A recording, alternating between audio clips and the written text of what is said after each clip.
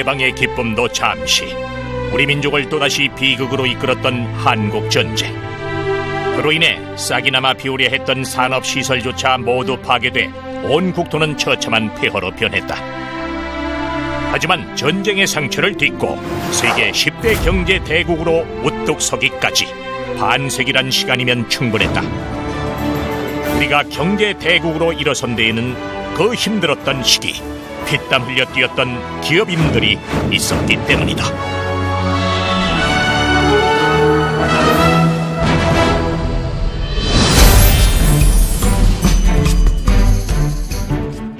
전쟁 이후 매일 끼니 걱정이 급했던 시절, 달달한 이 맛은 마치 사치와도 같았다. 설탕이 다니까 참 다니까 뭐 애하고 어른이가 할 거 없이 설탕 그거 뭐 먹으려고 막 옛날에 뭐 단기를 캐봐야 뭐 꿀, 조청, 역광 거. 당시 우리나라는 설탕 공급을 모두 수입에 의존하고 있던 상황. 1년에 200만 달러, 현재의 가치로 190억 원의 위화를 설탕과 맞바꿨다. 이렇다 보니 국내 설탕 가격은 다른 나라보다 3배 이상 높았다. 이병철은 우리 기술로 값싸고 품질 좋은 설탕을 만들고자 했다. 휴전 회담이 오가던 1953년 4월, 잘 나가던 무역회사 삼성물산 건물에 제당 사무소를 설치했다. 이름하여 제일제당 공업주식회사. 임시수도 부산지대를 샅샅이 뒤져 공장 용지를 확보하고 설탕을 만들 기계 구매에 나선 이병철은 고심 끝에 일본 미쓰이 물산을 통해 다나카 기계를 선택했다. 독일이나 이런 데 다 알아봤는데 독일은 운송비만 해도 굉장히 많이 먹히잖아요. 그래갖고 그 일본 미쓰이 물산 기계를 뒤로 왔는데. 그런데 다나카 기계가 부산항에 도착했지만 정작 기계를 설치하고 작동시킬 일본인 기술자는 단 한 사람도 입국시킬 수 없었다. 이승만 대통령의 대일 정책 때문이었다. 철저한 반일주의자였으니까 일본 기술자를 불러다가 저를 보고 설치하고 해야 된다고 그러니까 아마 못마땅했던 것 같습니다. 하루가 급한 마당에 굉장히 아마 난감했을 겁니다. 일본 측에서도 난색을 표했다. 설계도만 갖고 국내에서 직접 기계를 조립할 수밖에 없다고 하자 반드시 일본인 기술자를 파견해야 한다고 나온 것이다. 이병철에겐 한국의 기술을 신뢰할 수 없다는 말로 들렸다. 결국 우리 기술자를 일본에 보내기로 했다. 기계 설치와 운전, 공장 운영 등에 대해서 공부를 해오기로 한 것이다. 일본 쪽 입장도 이해가 될 수 있는 게요. 계약서에 그런 상황이 명시되어 있었다고 합니다. 설계 사양대로 그 제품이 나오지 않을 경우에 일본 측이 책임을 진다. 기술을 배워왔어도 작업은 고난의 연속이었다. 어려운 일에 부딪히면 국제 전화로 다나카 기계에 문의했다. 서신 문의는 왕복에 2주일이나 걸려 작업을 중단한 채 기다리는 일도 허다했다. 기다리는데 20분 기다리고 1시간 기다리고 갖고 통화하면 지직거리고 잘 안 들리고 그리고 일본말로 하는데 우리나라 기술자는 또 일본말 아는 사람이 없어요. 그러니까 이병철 회장이 자기가 답답하니까 자기는 일본말 잘하니까 받아서 하는데 답답하면 날아가는 거죠. 비행기도 없었어요. 전 배 타고 갔어요. 참 그때는. 악전고투의 6개월이 지나 공장은 완성됐고 드디어 시운전의 날이 왔다. 흥분을 가라앉히며 시동 스위치를 켠 순간 그런데 기계가 이상했다. 기대한 설탕가루 대신 액상이 나온 것이다. 당장 기계를 멈추고 총점검을 해봤지만 원인을 알 수 없었다. 이병철과 직원들이 기계에 매달리다시피 하며 며칠 밤낮을 보냈지만 해결 방법을 찾지 못했다. 그렇게 3일째 되던 날, 한 용접공이 지나가던 말로 흘린 한마디가 문제 해결의 실마리가 됐다. 그때 마침 그 용접공이 지나가다가 원료를 뭐 이렇게 많이 넣는가 그렇게 얘기를 하더라는 거죠. 그래서 이제 원료를 조금씩 넣으면서 이제 원당을 한꺼번에 너무 많이 넣어 균형을 잃은 것 같다는 용접공. 그의 말대로 균형을 맞춰가면서 원당을 넣었더니 순백의 정제당이 쏟아져 나오기 시작했다. 성공한 것이다. 설탕이 막 줄줄 나오는데 같이 해보는데 하놓고 집어가지고 입에 딱 넣었죠. 제1제당이 설립되던 1953년 우리나라의 설탕 수입량은 23,800톤. 100% 수입에 의존하던 설탕의 수입량이 제1제당 설립 1년 뒤엔 절반으로 줄었고 2년 후엔 27%, 그리고 3년 뒤엔 7%로 급격히 떨어졌다. 외화 절감 효과가 아주 컸습니다. 본격적인 생산이 시작된 후에 3년 이후부터는 수입품은 거의 자취를 감춘 셈이 된 거죠.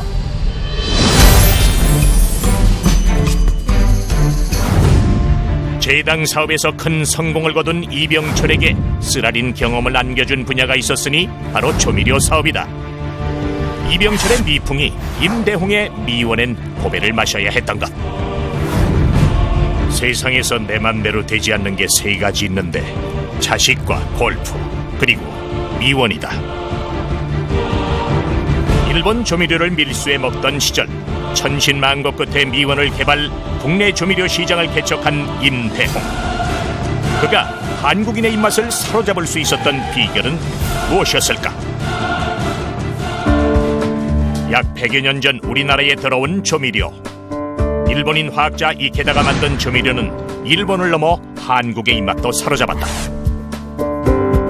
평소 일본 제품이 한국 식탁을 점령한 것에 큰 반감을 갖고 있던 임대홍은 직접 조미료 개발에 착수한다.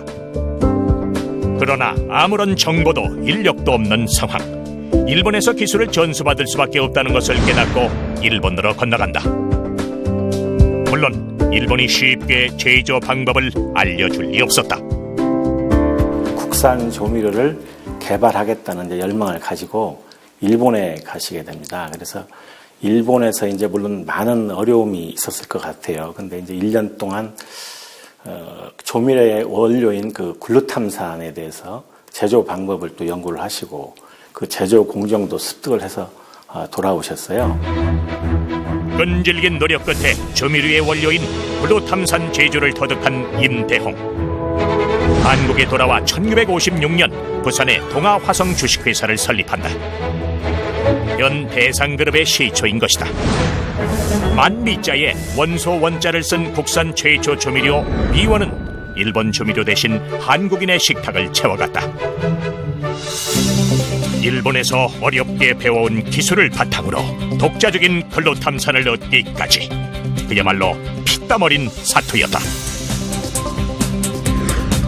긴 바탕에 붉은 신설로 모양의 포장지를 사람들은 좋아했고 불티나게 팔리는 미원 덕분에 부산 대신동의 공장은 거제동으로 확장 이전하게 된다. 대량 생산이 가능해진 조미료는 1가구 1미원이란 신조어가 나돌 정도로 주부들에겐 대인기였다. 우리나라가 그때 그 6.25 전쟁 이후에 정말 가난하게 살았잖아요. 가난하게 살으니까 한 달에 고깃국 한 번 먹기도 어려운 그런 때, 그러니까 음식을 고기 안 넣고 맛있게 먹을 수 있는 그 조미료가 나와가지고 정말 주부들한테는 대인기였습니다.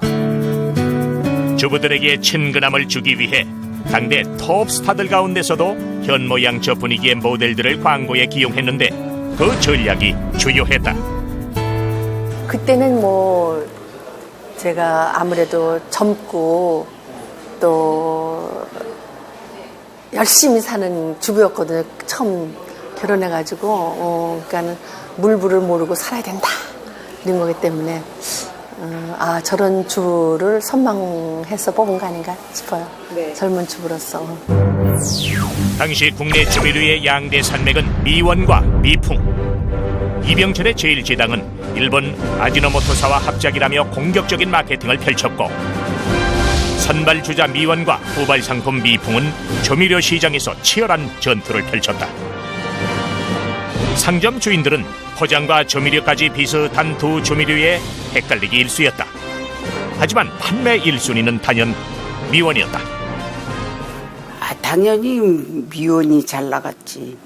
미풍은 잠깐 반짝하다 말았어.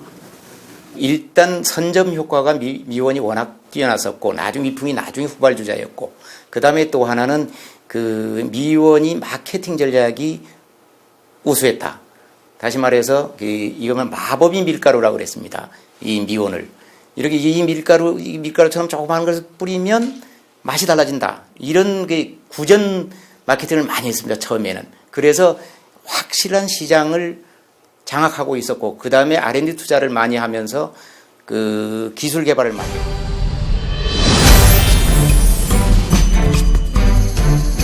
경제 성장의 시기, 수입품을 밀어내고 국내 시장을 선점하며 기업을 성장시킨 이들이 있는가 하면 먼 바다로 눈을 돌려 위화벌이에 뛰어든 이도 있었다. 1957년 6월 29일 어선 진암호가 부산항 제1부두를 빠져나간다. 남쪽을 향하란 뜻으로 당시 이승만 대통령이 지었다는 이름 진암호. 한국 최초의 원양어업은 이렇게 시작됐다. 단 1달러도 우리한테는 굉장히 아쉬운 상황이에요. 그러다 보니까 참치잡이를 한다는 것 자체는 애국입니다. 그 자체가.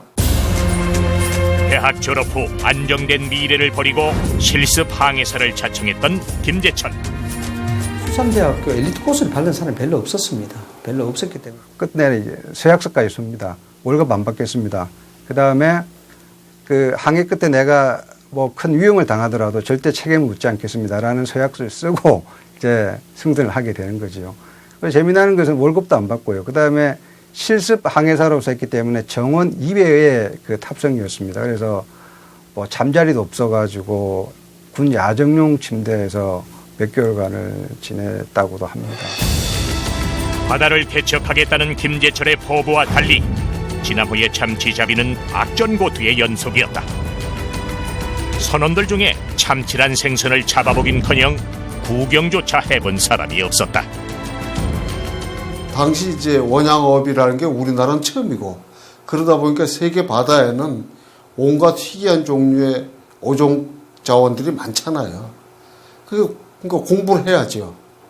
그 고기 생김이라든지 칼로리라든지 습성이라든지 이런 거 파악하기 위해서 일본에서 뭐 어류도감 사다가 혼자 이제 주경야독을 했고. 김재철은 부산 수산대학 출신. 진암호에서 원양어업과 관련된 이론과 지식을 갖춘 유일한 선원이었다.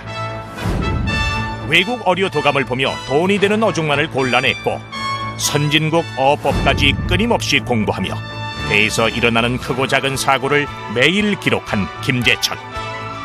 그는 자신만의 노하우를 쌓아가기 시작한다.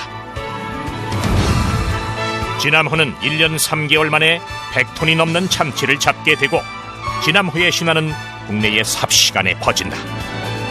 서독에 보내는 뭐 강부나 간호사, 그 다음에 또 월남전의 또 특수, 그런 것보다도 더 부가가치가 높은 것이 바로 원형 산업이었어요. 그래서 그 정책적인 차관이라든가 이런 정부의 아주 대대적인 지원을 해줘가지고 60년도 초반기에 우리 기술로 선박을 만들어서 내보내기 시작했던 거예요. 참치의 전진 기지에서 김재철이 이름을 날린 1963년 사모아 섬에 큰 공장 하나가 들어선다. 세계 최초 참치 브랜드이자 미국 가공 참치 시장 점유율 1위를 자랑하는 스타키스트가 세계에서 가장 큰 참치 통조림 공장을 세운 것이다. 김재철은 참치 통조림이 대량 생산되는 것을 보면서 신선한 충격을 받는다. 당시 국내에서는 낯선 생선이었던 참치가 서구에서는 통조림으로 이미 대중화된 것이다. 참치 통조림 공장을 세워요. 그래서 1963년에 공장을 이제 준공을 하고 본격 가동을 하는데, 이때 처음으로 제공된 참치 원료가 진암호에서 이제 그 납품한 거예요. 그 당시 이제 김재철 이제 선장이 뭐 직접 이제 갖다 줬죠. 세계 1위 참치 소비국 일본 시장에만 의지할 수밖에 없었던 김재철은 세계 지도를 우연히 거꾸로 돌리다 무릎을 친다. 대륙 끝에 있는 작은 반도가 아니라 유라시아 대륙을 발판으로 우뚝 선 나라 대한민국. 순간 새로운 해상무역의 모델이 번쩍 떠오른 김재철. 세계에서 가장 큰 참치 통조림 공장 스타캐스터. 거기에 해답이 있었다. 백감용이 아닌 통조림용으로 참치를 납품하기 시작한 김제철. 그러나 문제는 미국에서 정한 통조림용 참치 염분의 기준이었다. 그 어획물을 팔러 미국 통조림 공장에 왔는데 그 당시에 제가 그 통조림 공장에 근무를 했댔어요. 근데 그 해수 냉동법이라고 그 미국이 개발한 냉동법이 있는데 쿠킹하는 고기는 비싼 돈을 기름을 떼어가지고 초저온 할 필요가 없거든요. 그 해수 냉동법에 염분이 너무 오버가 되어가지고 전부 반품 받았어요. 이젝트. 참치를 가득 실은 김제철의 배는 사모아에서 뱃머리를 돌리게 된다. 불안함에 속이 타들어가기 시작한 그때 불현듯 하버드대 최고 경영자 코스에서 배운 내용이 떠올랐다. 선진국형 식품 참치캔. 때마침 국내 시장은 국민 소득이 늘어나면서 식생활 패턴이 점차 선진국 형태로 변모하고 있었다. 1984년 출시한 추석 참치캔 선물 세트의 성공으로 참치캔의 인기는 이어져 국민 통조림으로 자리 잡는다. 미국 원조로 받은 고물배의 실습 항해사로 승선. 실패할지도 모르는 국내 최초 원양어업의 항로를 떠났을 때 김제철의 참치 신화는 이미 시작됐던 것이다.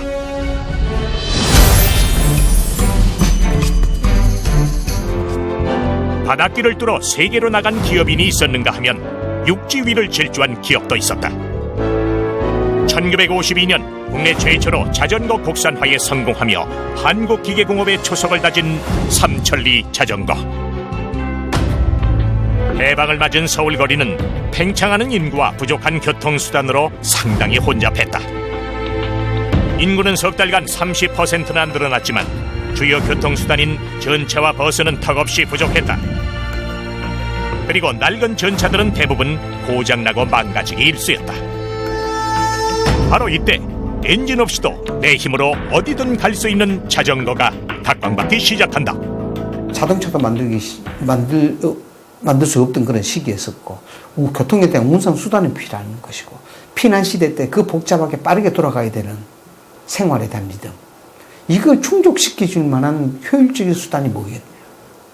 대한민국에 있어서 자전거라는 것은 가슴에 대한민국 사람의 추억인 동시에 산업화의 상징이라고 이야기하는 겁니다. 그 시절 우리나라 최초로 자전거 개발에 도전한 한 남자, 훗날 삼천리 자전거를 세운 김철호 회장. 일제강점기 가난의 굴레를 벗어나기 위해 고국을 떠났던 청년들 중에 훗날 크게 성공한 기업가들이 여럿 있다. 경북 칠곡에서 태어난 김철호 역시 일본 오사카로 떠난다. 당시 오사카는 메이지 유신 이후 개발이 가속화돼 기계 산업이 번창하던 시기. 공업도시 분위기에 압도당한 김철호는 철공소에서 자전거 부품인 볼트와 너트 만드는 일을 배우기 시작한다. 그 당시 일본은 굉장히 부흥기였습니다. 뭐냐면 메이지 유신이 터졌고 경제적으로 뭔가 사람이 발달이 무궁무진하게 일어날 그때 상황이었습니다. 일자리가 많았죠. 그래서 막노동부터 시작이 됐습니다. 막노동부터 시작이 됐는데 그래서 뜻을 어떻게 품고 있었는지 모르겠지만은 거기서 이제 철공소의 경석공으로 취직이 됩니다. 하지만 1920년대 말 미국의 경제 공황은 일본 경제를 뒤흔들게 되고 당시 김철호가 다니던 공업사 삼화제작소도 곧 경영난에 빠진다. 창고의 재고가 산더미처럼 쌓여갈 무렵 연습공이던 김철호는 공장장을 찾아간다. 부품만 생산해가지고는 사업성이 떨어진다고 판단한 그는 경영난을 이겨낼 방법을 제안한다. 바로 부품을 조립해 완성형 자전거를 만들어 팔자는 것. 공장장은 반신반의했지만 김철호 말대로 자전거를 만들며 보도 직전이었던 회사는 기사회생하기 시작한다. 우리나라 기업인들이 1세대 경영인들이 대부분 일본하고 연관이 있을 수밖에 없는데 대부분 들어보면 똑같은 맥락이에요. 그 성실성, 끈기, 인내 이런 것들이 가장 중요한 그 사람만이 가지고 있는 노하우였습니다. 다른 뭐 기술이라든가 머리가 좋다기보다도 마찬가지로 김철호 회장도 그런 끈기와 인내 이런 걸 보고 일본인 그 사과 제작소 주인한테 굉장히 감명을 주게 됐죠. 일본에서 자전거 생산 기술을 배워 해방 후 한국으로 돌아온 김철호. 1944년 전 재산을 쏟아부어 자전거 부품 공장인 경성전공을 세운다. 창업 후 쉴 새 없이 중고 자전거의 차체와 부품을 분해하고 철판을 두드려 재생하거나 조립하는 일에 매달린 김철호. 때마침 자전거 수요가 급증하자 1952년 부산의 공장을 준공, 회사의 이름을 기아 산업으로 바꾸며 본격적으로 국산 자전거 개발에 착수한다.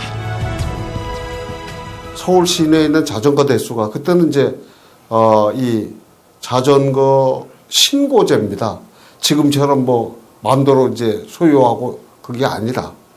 근데 해방 무렵에 서울에 신고된 그 자전거 대수가 한 9,000여 대 정도 돼요. 그러니까 별로 없을 때입니다. 높은 기대를 안고 시작한 국산 자전거 개발에 문제가 생긴다.